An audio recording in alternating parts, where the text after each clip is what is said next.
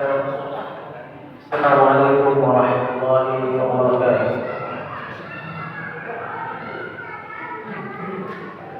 Alhamdulillah, nahmaduhu wa nasta'inuhu wa nastaghfiruh wa na'udzu billahi min shururi anfusina wa sayyiati a'malina. May yahdihillahu fala mudilla lahu wa may yudlil fala hadiya lahu. Asyhadu an la ilaha illallah wahdahu la syarika lahu وأشهد أن محمدا عبده ورسوله. اللهم صل وسلم وبارك على نبينا محمد وعلى آله وأصحابه ومن تبعهم بإحسان إلى يوم الدين. معاشر المسلمين والمسلمات رحمني ورحمكم الله. إخوان وأخوات الله أعزنا الله وإياكم جميعا. Kita bersyukur kepada Allah Subhanahu wa taala pada malam hari ini. Allah Subhanahu wa taala masih memberikan kepada kita kesempatan, dan juga Allah Subhanahu wa taala masih menancapkan keimanan kepada kita semuanya dengan mengokohkan nikmat Islam dan nikmat sunnah kepada kita semuanya. Tentu ini merupakan nikmat yang sangat besar dan tidak akan mungkin bagi kita untuk bisa mengganti nikmat yang besar tersebut. Karena Allah Subhanahu wa taala berfirman, "Wa in ta'uddu ni'matallahi la tuhsuha." Apabila kalian menghitung nikmat-nikmat Allah, kalian tidak akan bisa untuk menghitung, karena banyak nikmat Allah Subhanahu wa taala tersebut. Dan demikian juga bahwa keimanan dan nikmat menjadi pengikutnya Nabi sallallahu alaihi wasallam yang berdiri di atas sunnah Rasulullah sallallahu alaihi wasallam, mengikuti petunjuk para sahabat radhiyallahu anhum ajma'in. Ini merupakan nikmat yang wajib untuk semua orang yang mendapatkannya senantiasa bersyukur kepada Allah Subhanahu wa taala dan menjaga nikmat tersebut agar nikmat tersebut tetap ada di dalam dirinya. Karena dengan keimanan kepada Allah Subhanahu wa taala, dengan mengikuti sunnah-sunnah Nabi sallallahu alaihi wasallam, maka seorang dia akan mengerti dan memahami mana jalan yang harus dia tempuh sehingga bisa menyelamatkan dirinya di hadapan Allah Subhanahu wa taala, dan mana jalan yang harus dia hindari agar dia tidak terjerumus ke dalam kemurkaan Allah Subhanahu wa taala. Dan inilah yang diajarkan oleh para nabi dan rasul alaihi wassalatu wassalam kepada para umatnya, termasuk rasul kita yang mulia, yaitu Nabi kita Muhammad sallallahu alaihi wasallam. Beliau mengajarkan kepada umatnya segala sesuatu yang mendekatkan diri kepada Allah Subhanahu wa taala sehingga bisa menyelamatkan seorang. Dan juga Nabi Muhammad sallallahu alaihi wasallam sudah menjelaskan segala sesuatu dan melarang kita dari segala sesuatu yang akan menyebabkan kita jatuh pada kemurkaan Allah Subhanahu wa taala. Maka daripada itu, kewajiban untuk menghindar dari segala sesuatu yang Allah Subhanahu wa taala larang, ini adalah kewajiban setiap muslim. Kalau kita melihat ada orang jahiliyah, yang mana mereka orang jahiliyah dahulunya, mereka melakukan berbagai macam bentuk kekufuran, melakukan berbagai macam bentuk kesyirikan, berbagai macam bentuk kebid'ahan, berbagai macam bentuk maksiat yang mereka lakukan, disebabkan mereka jauh dari tuntunan Nabi sallallahu alaihi wasallam.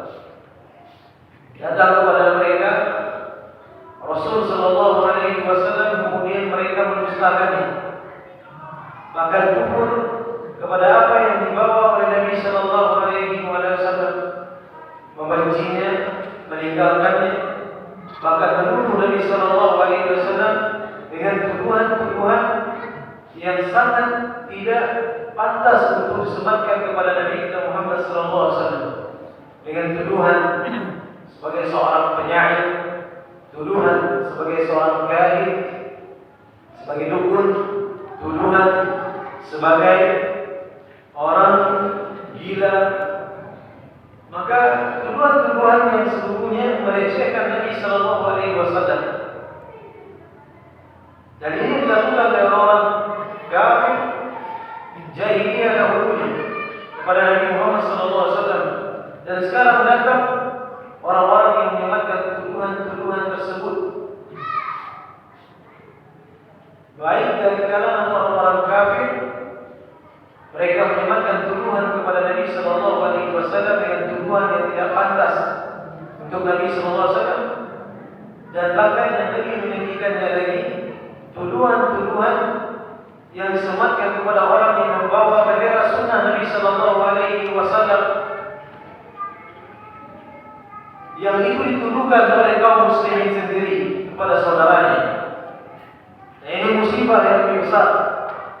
Orang-orang yang mendakwakan tauhid, mengajak kepada Al-Quran, mengajak kepada sunnah Nabi SAW, mengajak kepada persatuan umat di bawah kepemimpinan yang sah, yang mengajak kaum muslimin untuk mendoakan para pemimpin berta'awun dengan orang-orang saleh dalam kebaikan, menghidupkan sunnah Nabi SAW, menjauhkan bentuk bid'ah, berusaha menjalankan tasfiyah wa tarbiyah, pencucian agama ini dari noda-noda kesyirikan, dari noda-noda kebid'ahan,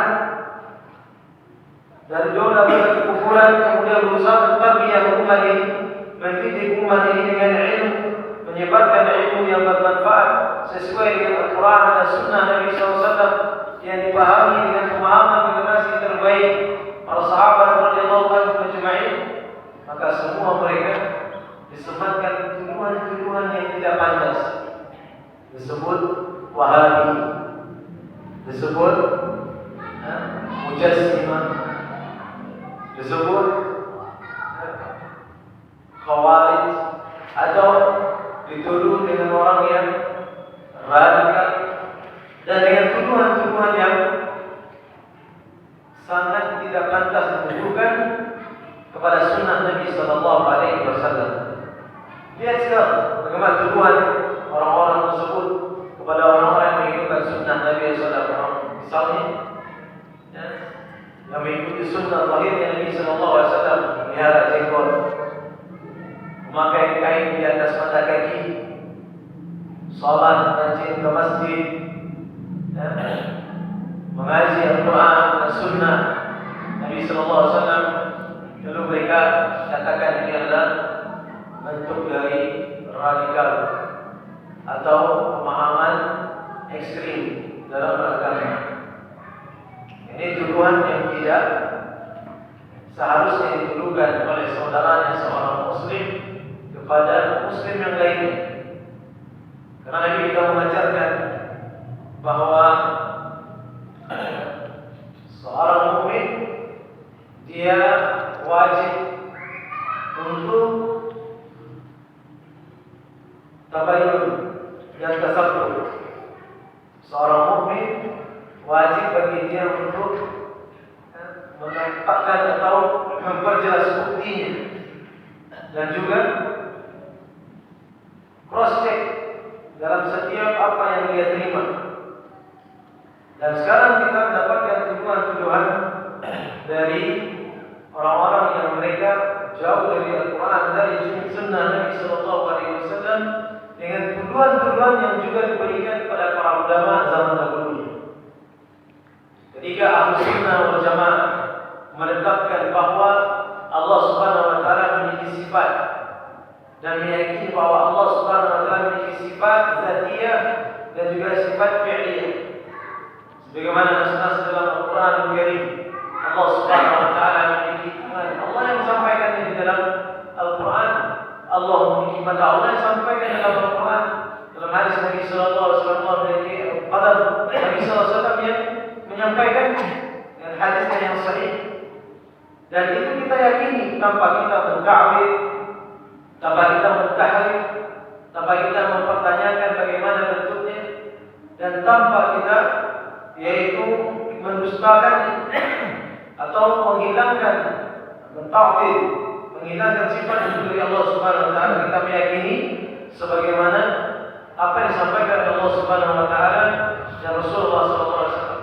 Lalu datang orang-orang mengatakan, oh, Anda ini jasmah, yang mengatakan Allah memiliki jasad. Kenapa dia sampai menuduh seperti itu? Karena dia tidak paham. Karena yang dimaksud oleh para ulama dari kalangan Ahlus Sunnah wal Jamaah itu orang-orang yang berjalan di atas pemahaman generasi salafus saleh. Itu bukan mengatakan Allah Subhanahu wa taala memiliki jasad seperti jasad manusia, tapi menetapkan sifat bahwa Allah Subhanahu wa taala memiliki sifat yang wajib untuk kita tetapkan. Adapun kaifiannya, wallahu a'lam, Allah Subhanahu wa taala yang mengetahuinya. Dan demikian juga seperti tuduhan orang-orang Rafidhah. Orang-orang Syiah Rafidhah menuduh Ahlus Sunnah sebagai Nawasib.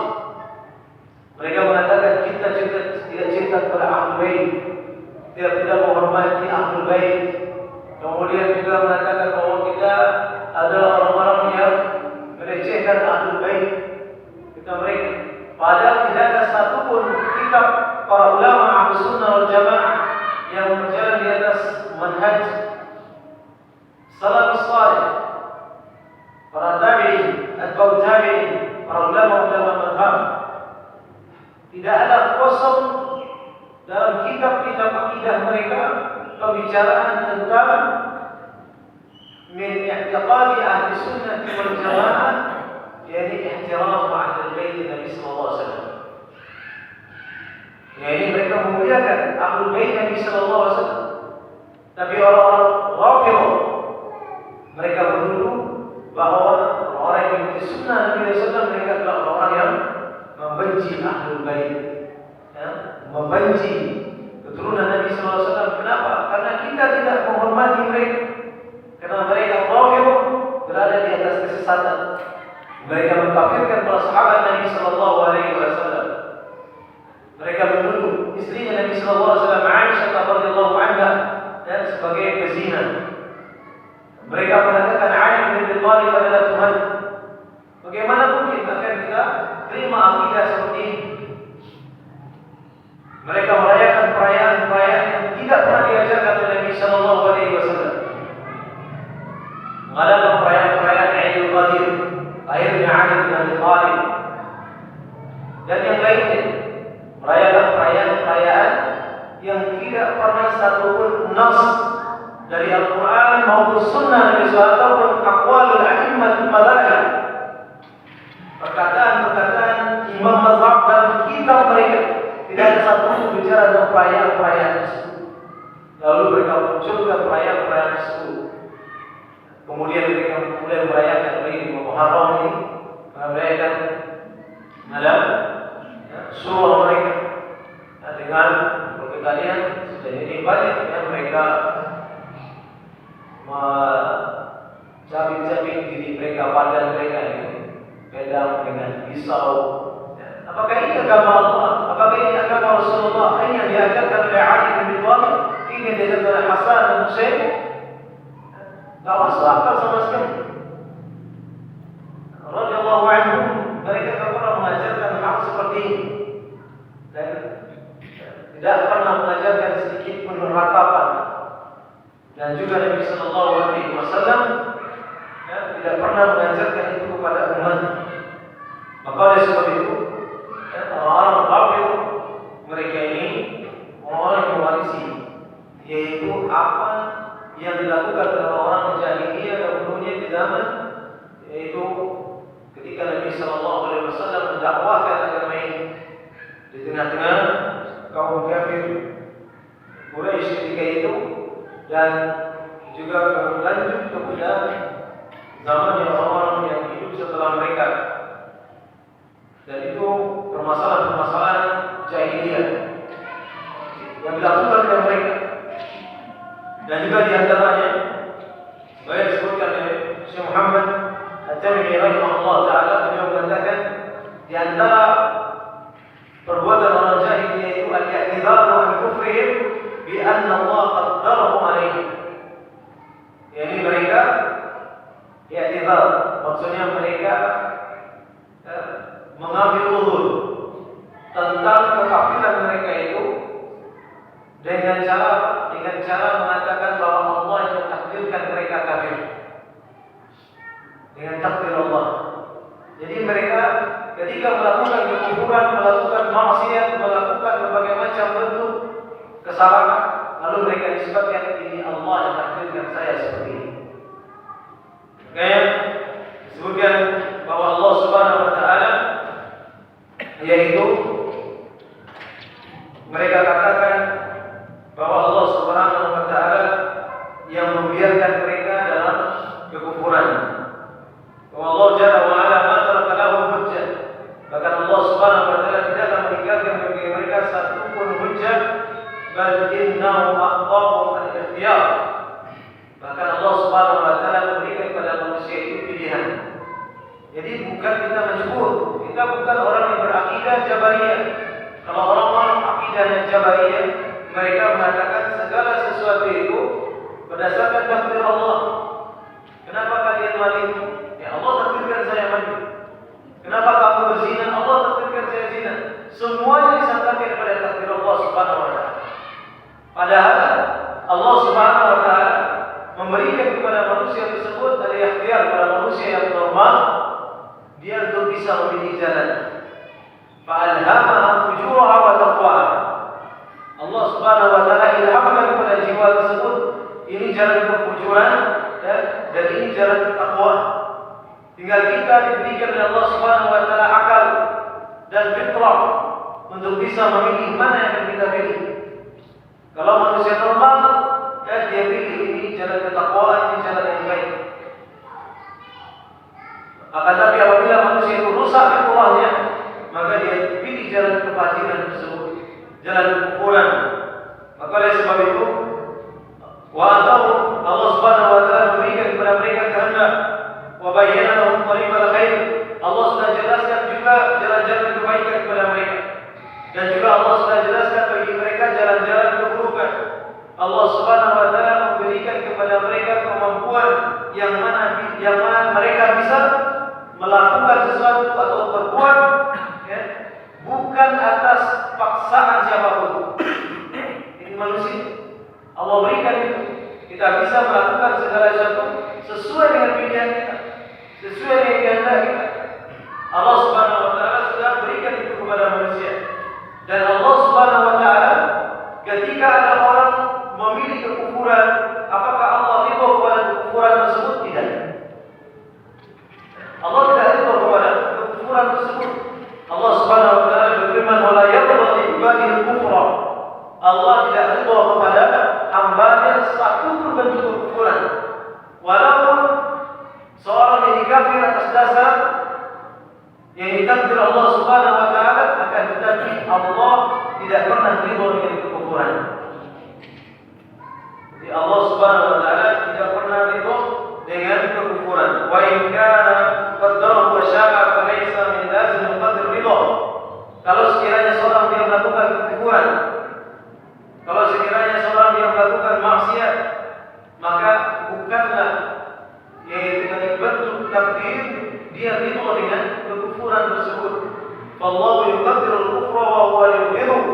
Allah mentakdirkan ada kekufuran sedangkan Allah membencinya. Untuk apa Allah takdirkan kekufuran tersebut dan padahal itu Allah benci? Ada hikmahnya. Apa hikmahnya? Yaitu an yatamayyaza an-nas ba'dhum min ba'd, untuk membedakan mana sebagian manusia dengan manusia yang lain, membedakan mana yang mereka benar-benar beriman, jujur kepada Allah, dan mana mereka yang berdusta, mana mereka yang munafik, membedakan mana orang mukmin, mana orang kafir, mana munafik, mana yang benar-benar jujur dalam keimanannya. Kemudian Allah Subhanahu wa taala mentakdirkan ada hikmahnya, dan Allah Subhanahu wa taala juga mentakdirkan perkara-perkara yang kita benci atau perkara keren, tidak disenangi. Bukan karena tidak ada hikmahnya, akan tapi di situ ada hikmahnya. Bukan itu sia-sia Allah sebutkan, akan tapi di situ waradul jazaa ala af'alihim. Allah memberikan balasan terhadap orang-orang yang melakukannya dengan pilihan. Jadi seorang itu ketika dia diberikan oleh Allah Subhanahu wa taala masyiah, kemampuan untuk berkehendak, kemudian kemampuan untuk bisa memilih ini baik dan buruk, maka ketika itulah Allah Subhanahu wa taala datangkan ujian. Allah takdirkan keburukan, kekufuran, kesyirikan itu ada untuk membedakan mana manusia yang jujur imannya, mana manusia yang dia berbohong dalam keimanannya, mana yang munafik, mana yang benar-benar orang yang jujur dalam keimanannya tersebut. Maka oleh sebab itu, kalau orang gila ataupun orang yang dia pingsan, ataupun orang yang terpaksa, ataupun orang yang tidur, maka tidak diberikan kepada mereka yaitu kesalahan kalau mereka melakukan sesuatu.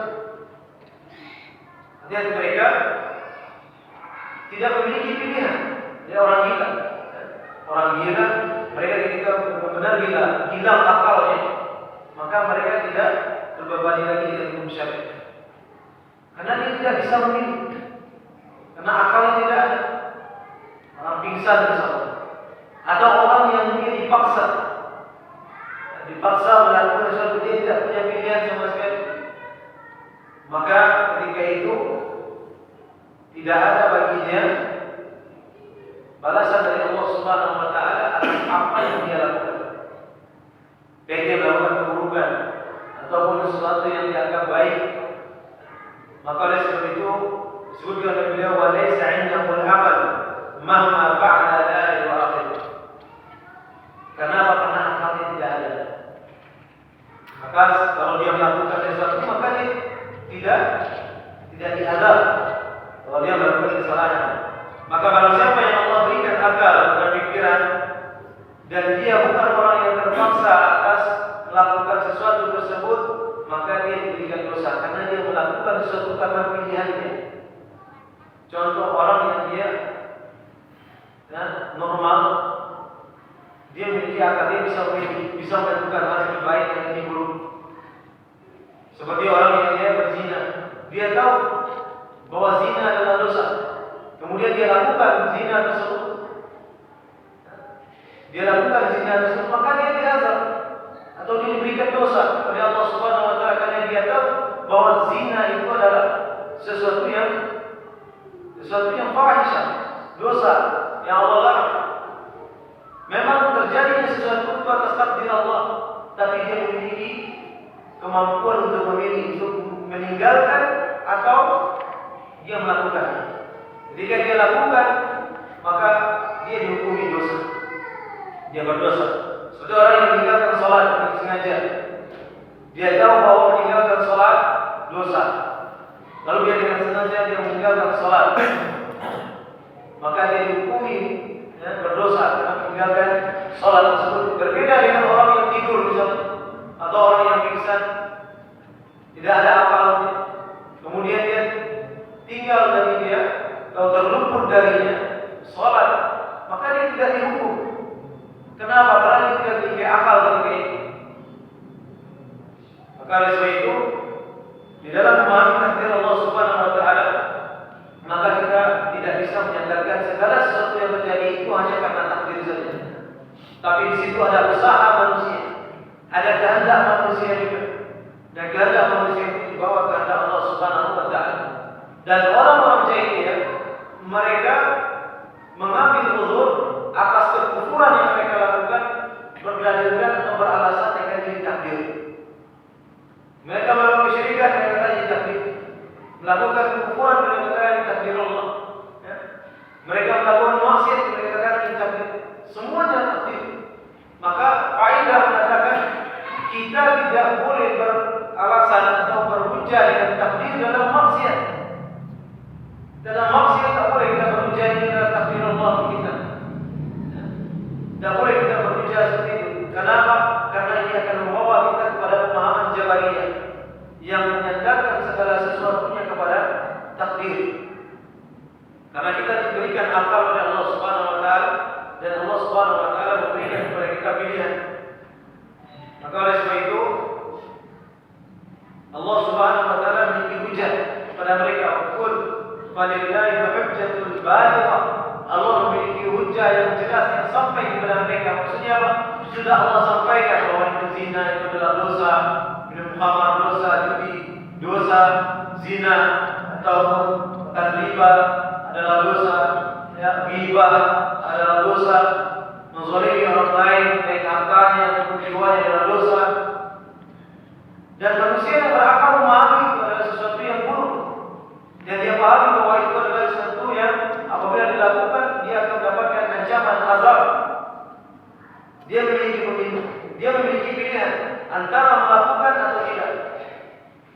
Ketika dia melakukan, dia jatuh dalam dosa, maka dia diazab oleh Allah Subhanahu wa taala atau diberikan dosa atas apa yang dia lakukan.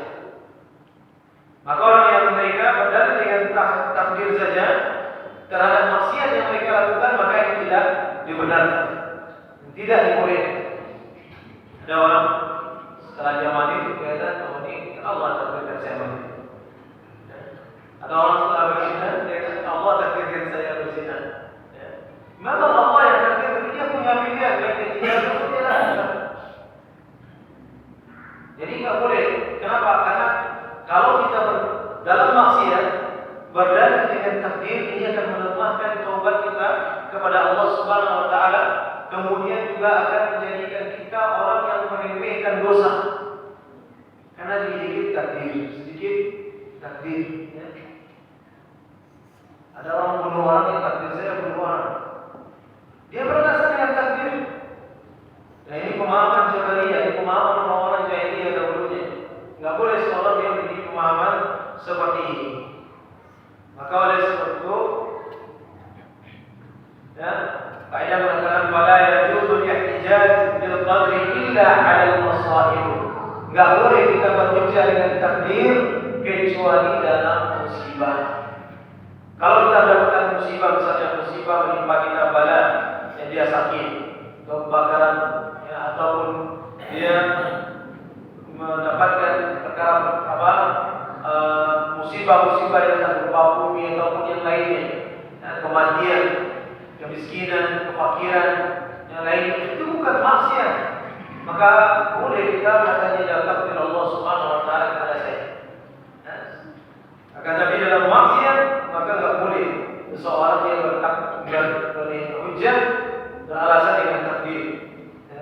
Dan wajib bagi dia untuk bertobat kepada Allah Subhanahu wa taala, menjauhkan dirinya dari maksiat tersebut dan juga menjauhkan dirinya dari keburukan-keburukan tersebut. Dan adapun berhujjah dengan takdir dalam melakukan maksiat, maka itu adalah sifatnya orang-orang jahiliyah. Jadi sifat orang-orang jahiliyah itu sedikit-sedikit dia berhujjah dengan takdir dalam maksiat. Makanya Nabi sallallahu alaihi wasallam, ya, dan juga para sahabat radhiyallahu anhum ajma'in, mereka tidak berada dalam masalah takdir. Mereka tidak, ya, berada dalam masalah takdir ini karena Ahlus Sunnah wal Jamaah memiliki pemahaman dan akidah wasitiyah, pertengahan di antara kaum yang mereka ekstrim dalam memahami takdir sampai mereka mengatakan Allah tidak, ya, menciptakan perbuatan manusia seperti orang-orang Qadariyah yang mereka mengingkari takdir, dan juga orang Jabariyah terlalu bermudah-mudahan meremehkan sesuatunya disandarkan kepada takdir segalanya.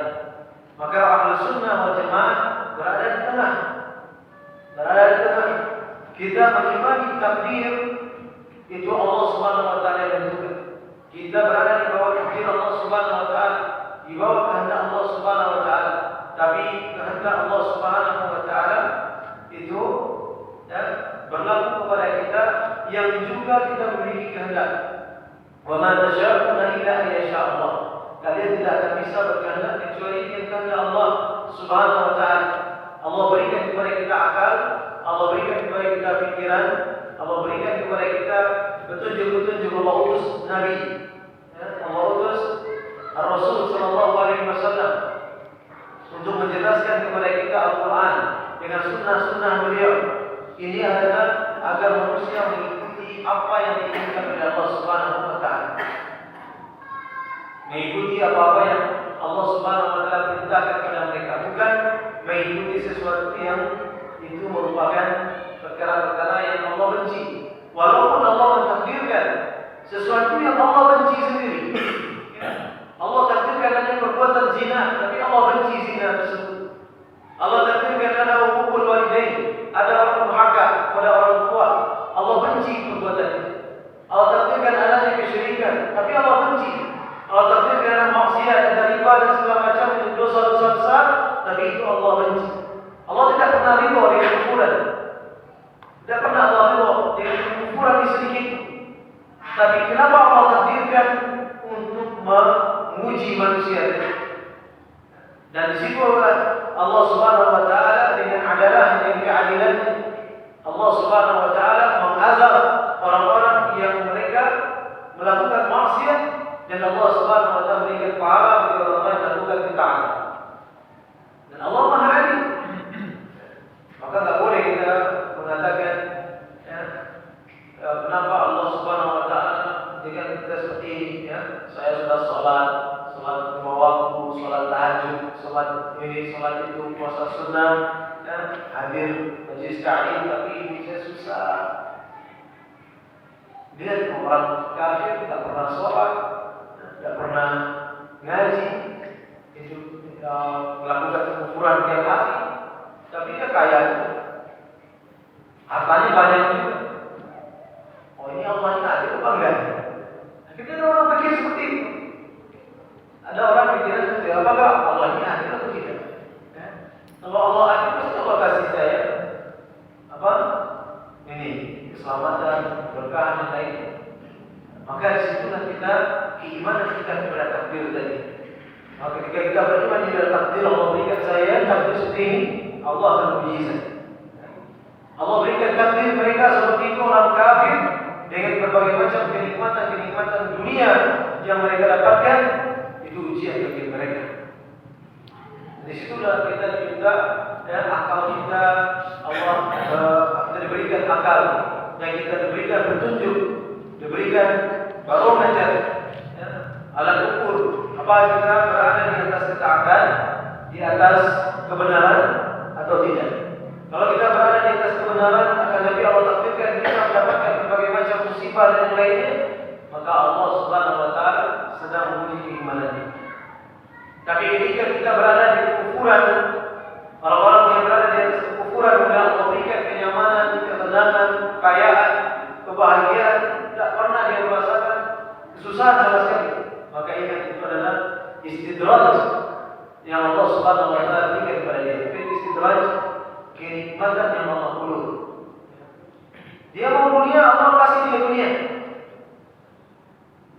Barang siapa yang menginginkan kehidupan dunia, kata Allah Subhanahu Wa Taala, zinata, dan juga perhiasan-perhiasan, nu'ti minha wa hum la yubkhasun.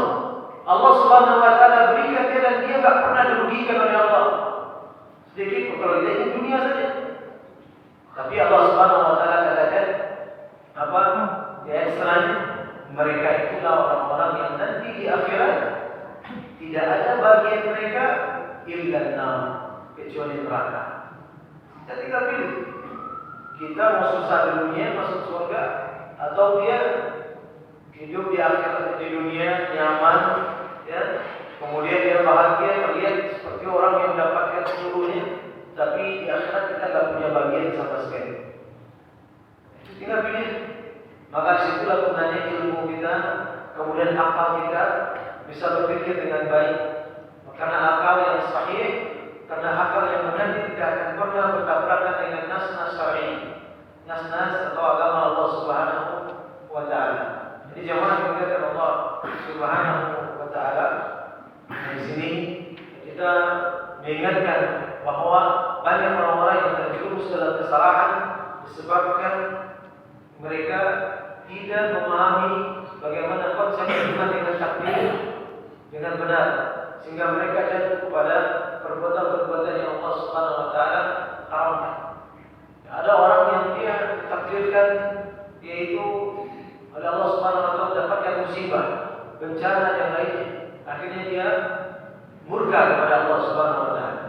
Padahal Nabi Sallallahu Alaihi Wasallam mengatakan, barang siapa yang dia ridha, ini faman radiya falahu ridha.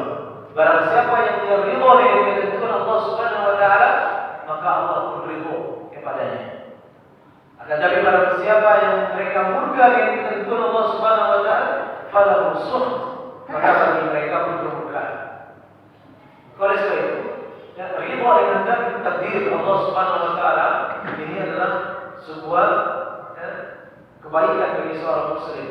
Maka jangan kita mencontoh seperti orang-orang yang jahiliyah, yang mana orang jahiliyah mereka menyandarkan segala sesuatunya kepada takdir saja. Menyandarkan segala sesuatunya orang-orang Jabariyah. Mereka katakan di seluruhnya takdir Allah, sehingga kekufuran pun mereka katakan ini takdir Allah. Allah itu adil, kata mereka. Mereka tidak akan mengazab kami. Kenapa? Kenapa Allah takdirkan kami kufur? Kenapa Allah takdirkan kami itu kafir? Mungkin nanti dia akan ada orang protes kepada Allah Subhanahu Wa Taala. Kemudian ketika dia dimasukkan ke dalam neraka, ya Allah, kenapa Engkau masukkan aku ke dalam neraka? Kenapa Kau masukkan aku ke dalam neraka? Kan Engkau yang takdirkan saya kafir. Siapa yang salah? Ada orang seperti itu. Gimana kira-kira? Benar atau tidak? Ya enggak mungkin itu benar.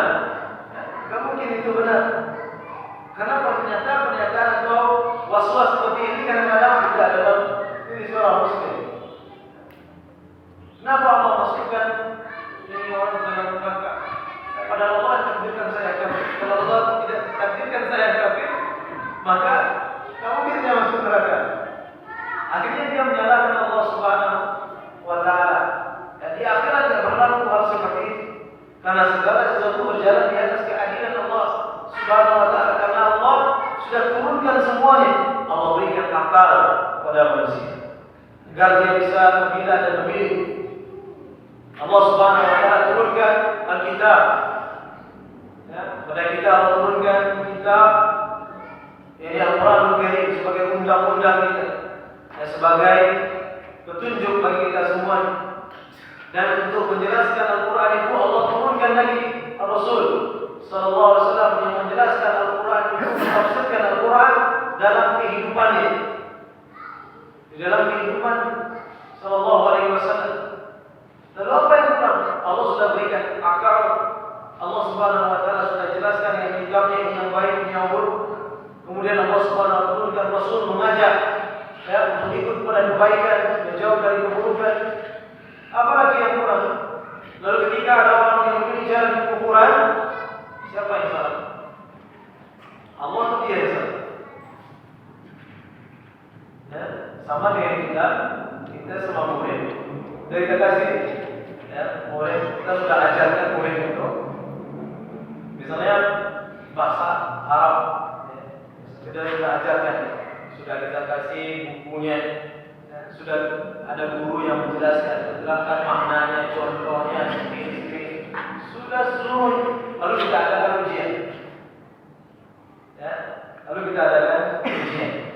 Kemudian ada satu murid dia malas, kemudian tidak mau belajar, tidak mau bertanya dan segala macamnya. Intinya dia tidak mau belajar. Kemudian setelah itu dia ujian dapat 0. Lalu dia datang kepada gurunya. Ustaz, kenapa yang kasih saya ini 0? Kan itu yang kasih nilai, kenapa juga kasih nilai saya 10? Mungkin tidak ada salah dengan Ustaz? Tidak mungkin. Ibaratnya seperti itu. Ketika Allah Subhanahu Wa Taala sudah siapkan bagi kita seluruhnya, Allah berikan akal, Allah tunjukkan kepada kita fitrahnya, Allah utus para nabi dan rasul, Allah Subhanahu Wa Taala turunkan Al-Quran, Allah Subhanahu Wa Taala sudah menunjukkan para dai, para ulama yang datang mengajar kita dari kebaikan. Kemudian Allah uji kita dengan maksiat ini dosa. Allah uji kita, lalu kita ambil, kita tidak mau tahu tentang masalah ini, sehingga kita tidak mau beramal, kita tidak mau melakukan kebaikan, atau kita berkehendak bukan masuk atau mengikuti jalan kebenaran tersebut. Lalu kehidupan akhirat dimasukkan oleh Allah Subhanahu Wa Taala kita ke dalam neraka. Lalu mungkinkah kita katakan kepada Allah Subhanahu Wa Taala, ya Allah, kenapa kau masukkan saya ke dalam neraka? mustahil seperti ini. Jadi orang tidak bisa dia berdalil dengan takdir dalam perkara maksiat. Dalam perkara maksiat, tidak boleh seorang dia berdalil dengan takdir tersebut. Maka oleh sebab itu, kita hendaknya sebagai hamba Allah Subhanahu wa taala, sebagai orang yang berakidah Ahlussunnah wal Jamaah, hendaknya seseorang dia berada di atas, yaitu apa-apa yang sudah disampaikan oleh Allah Subhanahu wa taala dan Rasulullah sallallahu alaihi wasallam. Jangan dia mencontoh sifat orang jahiliyah yang mana mereka itu mengajak kepada kekufuran dan mengajak kepada maksiat dan mengajak kepada kesyirikan, tapi mereka berdalil dengan takdir. Mereka melakukan kesalahan, kemudian mereka dalil dengan takdir. Maka ini tentu pemahaman yang salah dan pemahaman yang tidak dibenarkan di dalam agama Islam. Ya Allah Taala shawab. Mungkin malam ini kita cukupkan sampai di sini kajian kita, dan kita tentunya yang mengetahui apa-apa yang diberikan Allah Subhanahu wa taala itu adalah sesuatu yang terbaik bagi kita. Sesuatu terbaik. Dengan faedah, maka tak boleh kita berdalil dengan maksiat atau dengan takdir terhadap sebuah maksiat yang dilakukan. Yang tidak boleh. Berbeda dengan musibah yang kita dapatkan, boleh kita katakan ini takdir. Tapi kalau maksiat yang kita lakukan, tidak dibolehkan seorang berdalil atas maksiat yang dia lakukan. Itu adalah mengatakan bahwa ini adalah takdir Allah Subhanahu wa taala. Aku lupa lihat ini cukup sampai di sini malam hari ini, dan mudah-mudahan ini bisa bermanfaat. Akhirnya kita tutup dengan doa kepada Subhanallah. Ya, kita subhanahu wa ta'ala. Astagfirullah wa atubu ilaih. Assalamualaikum.